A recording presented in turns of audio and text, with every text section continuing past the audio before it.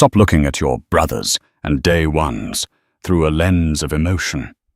It's a weakness that will get you lined up. Machiavelli knew the deal. Men are fickle, hypocritical, and greedy. They aren't staying by your side because they love your personality. They're staying because you're a meal ticket, a shield, or a stepping stone. The second you stop being useful, or the second staying with you becomes a liability, they'll leave you bleeding in the rain without blinking.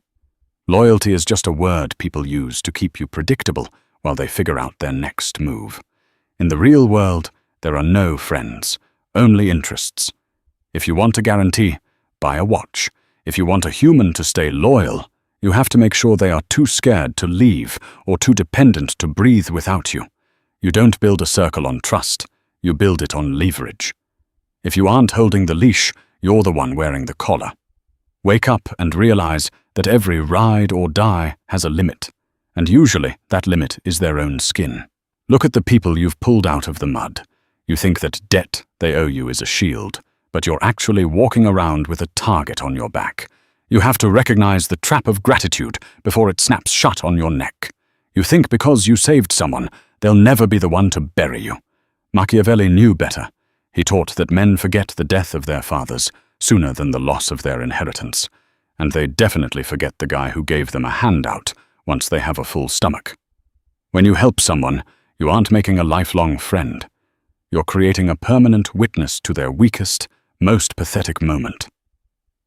People hate feeling small. Every time they look at your face, they don't see a savior. They see a mirror reflecting the time they were starving, broke or begging. That image burns them. They don't want to be grateful. They want to be your equal, and the fastest way for a coward to feel like your equal is to tear you down to the dirt. Imagine you've got a brother you've looked out for since day one. When he was facing eviction and his own family turned their backs, you covered his rent. When he was unemployed, you put a tool in his hand and gave him a seat at your table. Now the sun is shining, and he's your right hand. But you notice the energy shifting. He's starting to talk over you in front of the crew, or maybe he's forgetting to pass along messages that keep your operation running smooth. You tell yourself, he'd never snake me, I saved his life. That's the exact moment you get a got. He's already rewritten the history in his head. He's convinced himself he worked off that debt a long time ago. He's tired of being the charity case in your shadow. To handle this, you don't sit him down for a heart-to-heart and remind him of the favors. That just fuels his resentment and confirms he's beneath you. The power play here is to stop the flow of oxygen. You don't cut him off with a loud argument. You quietly reclaim a piece of the pie he's grown fat on. You take back a responsibility or a connection he thinks he owns. You remind him, without saying a word, that the lifestyle he's enjoying is a direct feed from your vein. You make it clear that if he bites the hand that feeds, the kitchen doesn't just get smaller, it closes forever. You don't ask for a thank you, you demand a yes sir, by showing him exactly how cold and dark it gets the second you step out of his life. Gratitude is a flickering candle that goes out the moment the wind changes, but the fear of going back to nothing is an eternal flame. If you want him to stay in line, stop being his savior and start being his source. The moment he thinks he can get the same meal elsewhere, he's gone. Keep the recipe secret, the keys in your pocket, and the door locked. Once you realize that your charity has only bought you a hidden enemy, you have to stop believing in the myth of the ride or die. People don't stay because they're down for the cause. They stay because the cause is currently the best way to get what they want. You need to understand why alliances are just temporary ceasefires if you want to keep your head. Everyone talks a big game about loyalty when things are smooth, but the second the car starts smoking or the police lights hit the rear view, that brotherhood dissolves into every man for himself. An alliance is nothing more than two people who hate each other less than they hate a common enemy. For right now. Machiavelli was clear on this. It's better to be feared than loved, because love is a link of obligation that people snap the moment it suits their interests. Fear, however, is a dread of punishment that stays in their bones. When you team up with someone, you aren't building a family. You're managing a business merger where both sides are looking for an exit strategy. If you don't have your hand on the door handle, you're the one getting locked in when the building goes up in flames. Imagine you and a partner at work have spent months building a case to take down a toxic boss who's been breathing down both your necks. You've shared every secret, every piece of dirt, and every private message, thinking you're in the trenches together. You think you have a blood bond. But then, the boss catches wind of the rebellion. He doesn't fire both of you. He pulls your partner into a private office and offers them the promotion they've been chasing for years, on one condition. They have to handle the troublemaker. Suddenly, your partner isn't sharing secrets with you. They're reporting your every move to the man you were supposed to overthrow. To navigate this, you never give an ally a weapon they can use against you when the wind shifts. You keep your kill shots and your most sensitive leverage in your own pocket.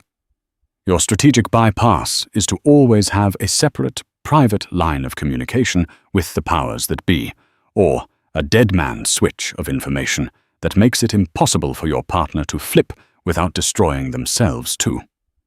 If they try to sell you out for that promotion, you've already planted the seeds that they were the one who started the fire. You make their confession look like a desperate lie from a failing snake. In this world, you don't trust the person next to you. You just make sure that if they trip you, they fall into the same pit.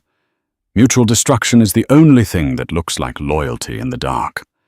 Once you accept that your allies are just enemies on a lunch break, you have to stop playing the hero and start playing the gatekeeper. You can't rely on them liking you, so you have to make sure they can't breathe without you. This is the art of being indispensable. In the real world, the nice guy is the first one replaced because he's easy to get along with but easy to forget. Machiavelli didn't care about being liked. He cared about being necessary. He taught that a wise prince ensures his people always have need of him. If they don't need you to survive, they'll eventually find a reason to destroy you just to see if they can.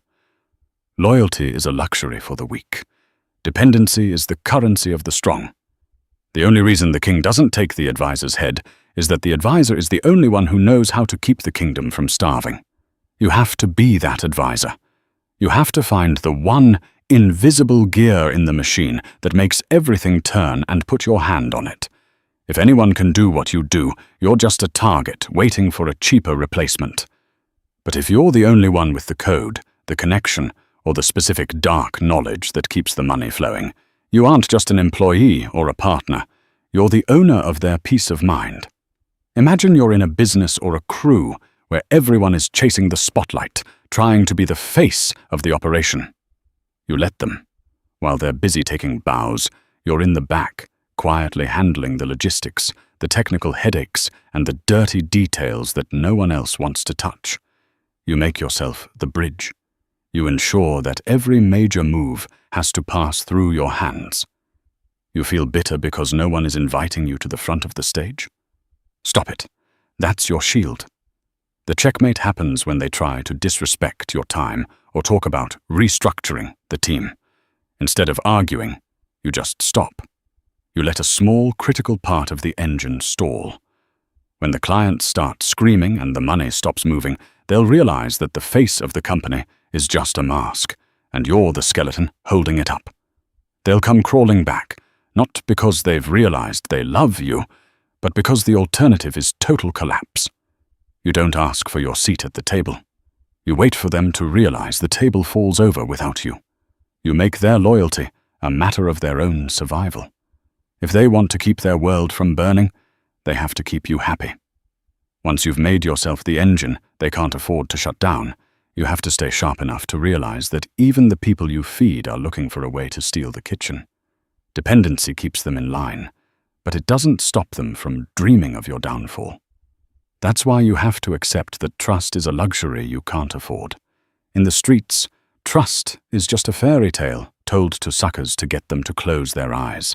Machiavelli didn't say you should be a monster for no reason, but he was clear. You have to be a fox to smell the traps and a lion to scare the wolves. If you walk around with your heart on your sleeve, don't be surprised when someone cuts it out just to see how it beats. Assume everyone has a price, and assume that eventually someone will offer it to them. In this game, silence isn't just golden, it's armor. The more people know about your business, your fears or your mistakes, the more handles they have to pull you in whatever direction they want. You've been taught that sharing builds a bond. That's a lie. Sharing builds a file. Every secret you give a friend is a bullet you're handing to a future enemy. You think they'll keep it because you're tight. They'll keep it until they're in a room where trading that secret buys them a way out of trouble or a way up the ladder.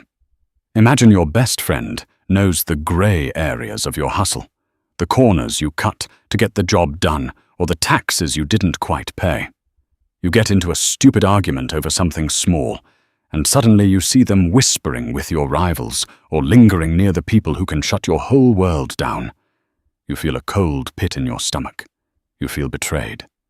But the betrayal started the second you opened your mouth. To fix this, you don't go on the defensive or start begging them to stay quiet. That smells like fear, and wolves eat fear. The protection here is to have counter-leverage. You don't have to be a bully, but you have to be prepared. During a casual, so friendly conversation, you mention a secret you've been holding on them, something that would ruin their life just as fast as they could ruin yours. You don't say it like a threat. You say it like a reminder of how much you value your mutual silence. This safeguard creates a Mexican standoff where nobody pulls the trigger because nobody survives the blast. It's not the kind of friendship they write poems about, but it's the only kind that keeps you safe in a world where everyone is looking for a payday. You don't need their honesty. You just need their self-preservation to outweigh their greed. Once you realize that trust is just a vulnerability waiting to be exploited, you have to look at the structures you've built. You've been told that being part of a group makes you stronger, but usually it just makes you a bigger target.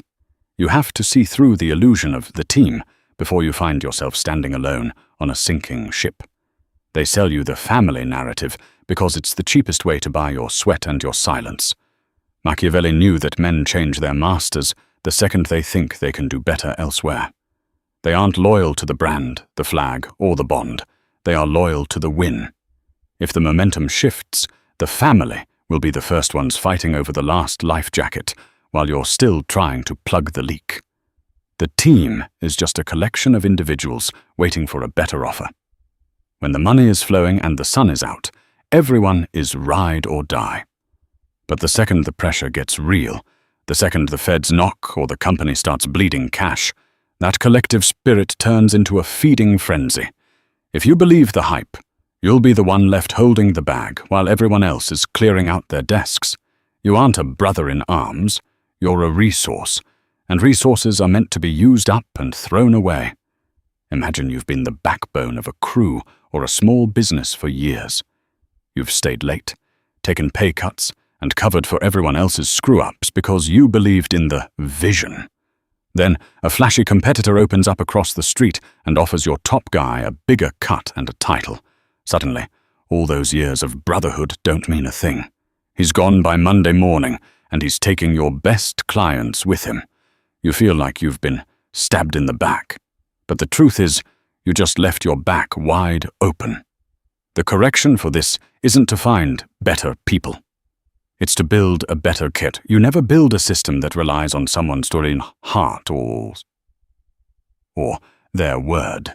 You fragment the information. You make sure that no one person on the team has the full picture or the full list of contacts. You use non-competes, you use legal hooks, and you keep the most vital connections in your own name. You don't get mad when people leave. You make sure that when they leave empty-handed and powerless. You don't build a team to support you. You build a machine where every part is replaceable, and you're the only one who knows how to put it back together. Once you realize the team is just a pack of freelancers looking for a better gig, you have to keep a sharp eye on the one person who looks like they're following in your footsteps. You need to understand the danger of the rising star before they decide the sky isn't big enough for both of you. Machiavelli warned that the man who makes another powerful is the author of his own ruin. If you help someone climb too high, they won't look down at you with gratitude. They'll look down at you as an obstacle or an embarrassing reminder of who they used to be when they were nothing. People hate being in debt to a mentor. It feels like a leash. The more you teach them, the more they start to think they can do it better, faster, and without your old-school rules. They don't want to be your number two forever. They want your seat, your plugs, and your respect. And because you taught them the game, they know exactly where your blind spots are. You aren't passing the torch, you're giving them the fire to burn your house down. Imagine you took a kid under your wing, someone who reminded you of yourself. You gave him the playbook, introduced him to your top suppliers, and let him sit in on the big meetings. Now you hear whispers that he's taking meetings on his own. He's telling your clients he's the new energy, and you're just the legacy. He's undercutting your prices with the same suppliers you introduced him to. You feel like a fool for being a teacher, but the error was yours for giving away the whole recipe. The starvation tactic is how you survive this. You don't get into a public shouting match that makes you look weak and threatened. Instead, you quietly choke his access. You make sure the suppliers know that if they do $1 of business with the student, they lose the master and the volume that comes with you.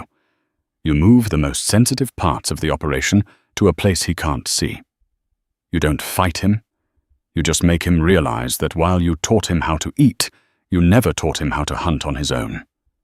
You remind him that a rising star only shines because the sun allows it.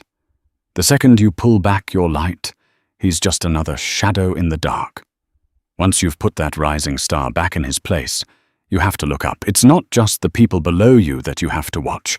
It's the people above you who smile while they size you up for a coffin. You need to understand the brutal mechanics of the prince and the scapegoat before you become the sacrificial lamb. Machiavelli saw this play 1,000 times. A leader needs something dirty done, so he picks a loyal soldier to do it. Then, when the public gets angry or the heat gets too high, the leader executes that same soldier to look like a hero who cleansed the ranks. They don't value your loyalty. They value your ability to take the hit for them. In their eyes, you aren't a partner. You're a firewall. If the fire gets too big, the firewall is meant to burn so the house stays standing. They will tell you that we're in this together and that they'll take care of you if things go south. That's the bait. The moment it becomes a choice between your life and their reputation, you are already dead. They will use your loyalty as the rope to hang you, acting shocked and disgusted by the very actions they ordered you to take. Imagine your boss or a big player in your circle asks you to handle a sensitive problem. Maybe it's cooking the books, intimidating a rival, or breaking a regulation. They tell you it's for the good of the crew and that they'll cover any fallout. You do it because you're loyal. But then an audit happens or the law starts sniffing around. Suddenly that same boss is on the news or in a boardroom calling you a rogue element and saying they had no idea you were so corrupt. They hand over the evidence against you themselves just to buy another day of safety. You're sitting in a cell or out on the street while they're at a victory dinner. The counter-strike is to never be the only one with blood on your hands. If you're going to do the dirty work, you make sure the fingerprints of the person who ordered it are all over the scene. You don't do it over a handshake. You get the okay in writing, or better yet, you record the conversation where the order was given. You keep a black box of evidence, emails, texts, recorded calls, stored somewhere they can't reach. You let them know, in the most subtle and friendly way possible, that your fates are tied together. You make it clear that if you go down, the prince is going down right next to you. You don't rely on their mercy, you rely on their terror. In a world of scapegoats, the only way to stay alive is to make sure you're too toxic to be sacrificed. If you want to stop being the one who gets played and start being the one who moves the pieces, you need to stay cold and stay sharp. Hit that subscribe button and turn on the notifications. Don't do it because we're friends. Do it because in a world of wolves, you need the right intel to stay at the top of the food chain. Drop a comment below and tell me about the time you learned the hard way that loyalty has an expiration date. Don't give me the sob story. Give me the lesson. Like the video if you're ready to stop playing for the team and start playing for yourself. See you in the next video. Class is over. Now go out there and make sure you're the one holding the keys.